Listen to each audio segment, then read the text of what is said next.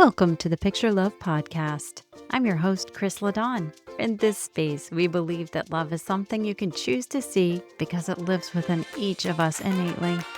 Picture love is a practice, a way of seeing with your heart, not just your eyes, a way of showing up as the love you wish to see in the world. Each episode offers encouragement, soul-led conversations, and gentle tools to help you reconnect with what matters most, to live, to create, and love with more presence. I'm so glad you're here. Now let's get started. Welcome back, friends. I'm so grateful that you are here with me right now.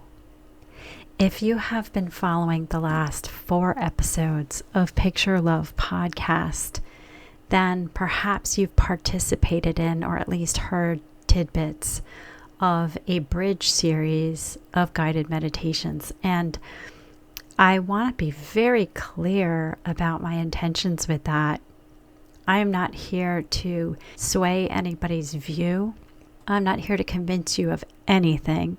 But I am here to acknowledge there is a widespread need for people to come back to themselves because this world has gotten noisier than we've ever witnessed. And the intention behind this was to not lose ourselves among the noise. And so I created that bridge series. If I'm repeating myself, please bear with me. I'm going to share new information to take us from that dysregulated space in through a journey. So you could actually listen to one of them at a time. You could listen to them in a sequence back to back. You could use them book club style, literally, where you work on one for a week and compare notes with yourself, with notes in your journal or with a friend. And I think that's one of the most loving activities friends could circle back on besides a delicious read would be, how do you feel after a week of taking that time out for yourself? That is not only offering ourselves self-care, it's holding space in community for others to do it as well, because we all just need to be sure of ourselves in any given moment. And when I mean sure of, I mean just grounded and in touch with our breath and able to show up and meet the day that's in front of us. And if that felt good and if that served you and you would like to continue to use them, fantastic, then mission achieved. If this is something that you would find great support in doing in community with other people, I am in the process of creating a community where Picture Love listeners can actually come and be part of a community where we have live connection with each other. And there will be more details coming, but if this kind of thing sounds like the perfect way for you to start your week, with a live and recorded playback option, of course, because everybody's schedule doesn't always match their neighbors, then stay tuned. I'm very, very excited. I don't know who's coming, but I know who will be there. They'll be the ones like myself who are on this growing journey. And honestly, right now on my heart are the people who are in some kind of in-between. You know that the end of something is wrapping up in preparation for something new. And maybe you anticipate what that new thing is. Maybe you're anticipating moving. Maybe you're anticipating a new education journey. Maybe you're anticipating moving your physical home. Maybe you've had a change in some kind of status and you're in that in between, because we're always in the process of going somewhere. But right now, I feel like there's the biggest influx in my lifetime of people making massive changes, whether they chose them consciously or their lives delivered what they were asking for through a sequence of events, or both. And I'm reminded of a meltdown I was blessed to witness. I held space for somebody who honestly was feeling in crisis, but I could see they really weren't. And without betraying their privacy, I'm going to talk about this for just a moment because we all know somebody like this, right? When there's somebody that is going through a really, really rough patch, and that rough patch could be the anxiety of change. It can be the fear of change. It can be the body's just so dysregulated that the logical mind should be able to handle it. But when we're so dysregulated, the nervous system goes out of whack and it forgets it can be a peaceful system. And so this person that I witnessed was in utter breakdown. And I was so sad and yet glad, because here were all the good things going. While there were some pretty hurtful things said at me, they weren't about me. They were saying things out of anger because they were in a space that they didn't want to be in. And I was the one witnessing it, so I got to be the catcher. Those were some hard balls being pitched. But when it was over, it was all forgiven and understood. Another good thing that was happening is this person was moving through their emotions. And they got to vent and they got to cry and they got to beat it out. Not like hit me, but I mean with the words. Just beat that energy out of their body. And they got up and they moved around, and that was good too. Because when we move that energy by physical movement, that helps.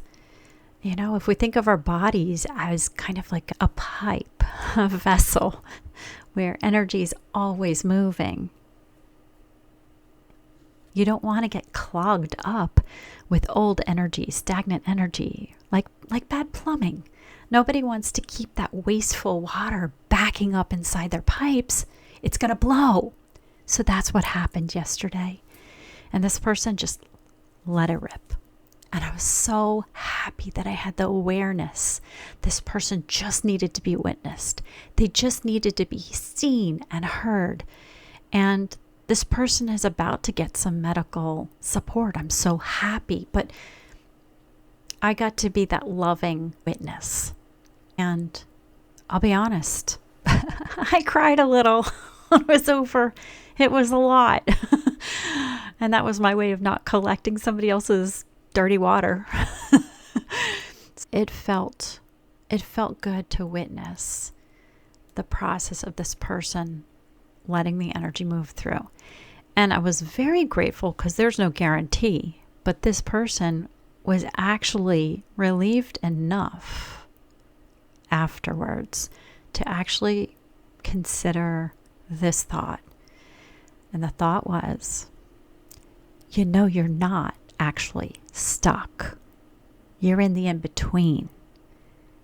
And what you knew back then is not relevant for what's coming down the pike.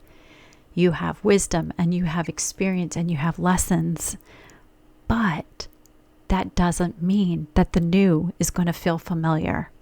And when we're courageous enough to let go of the familiar and be with our emotions and see what that fear is, then it can move through us and move on. And we can be left with space for things like excitement and wonder and curiosity. And then maybe at some point in our lives, maybe in the next 10 minutes, maybe in the next 10 weeks, months, years, we could even potentially consider preparing to be amazed. Because what was great 10 years ago is never going to look the same today. And what seems great today, but might be getting a little worn out, is certainly not going to make us happy 10 years from now in today's state. Everything has to grow, evolve, change, expand, upgrade, update. You can't keep the same plumbing in a house for 10 years and expect the next 10 years to be identical. Sometimes things have to be updated. And that doesn't mean we have to throw the house away, but it does mean we need to be willing to take care of it and make sure things don't get backed up and be willing to call help when we need help, and be willing to consider that maybe there's a different update that's going to serve us better. So with the Picture Love community that's coming out, that's my goal, is that we can all be in the same space at the same time, going through all different things, but have the intention of forward movement and no shame in tears, no shame in being silent, no shame in sharing, no fear of judgment, no fear of being compared. Because when we're not comparing ourselves to other people, we can be the permission slip to be without comparison. But one thing we can compare with gratitude is where we came from. We can measure back. And if that seems too redundant because you've heard it before, then maybe I'm speaking it with a new voice today. Because there's nothing more wonderful than measuring back and saying, wow, look what we did. I'm almost finished with a project in the new home. I'd hired somebody to do a job and they ended up not showing up. So I started doing it myself. And it's a lot of heavy labor, manual labor. I'm almost finished. I think by the time you're listening to this episode, I'll be laying down the final rocks. But it's going to be it's already so much better than it was. And I was going through my photos and I stumbled across the picture of this house from the listing. And seeing it from then to now is so satisfying. It was a beautiful home then. It's a beautiful home now, but it's more mine than it was back then. And that feels good. It's not because I didn't love this home as it was. It's because I'm gifting it with my love and my labor and my sweat and my presence. And I feel like it's smiling back at me, you know?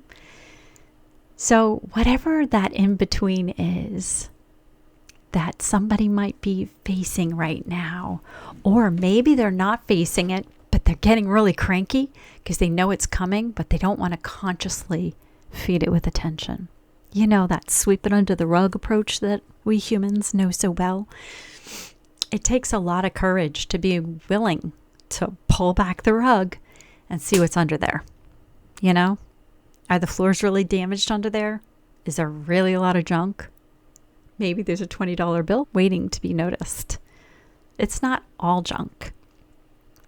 But the rewards for looking and clearing it out and living in a healthier space, it's worth it. It's worth it. And when you're fortunate enough to have somebody physically help you, there's another thing to be grateful for.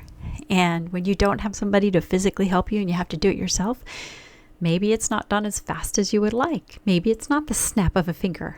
Maybe that clearing out the dust under the rug is about the process, not the completion. What if we could choose to be curious about the unfolding instead of crossing that finish line? What if the goal is not crossing the finish line? What if the goal is the participation?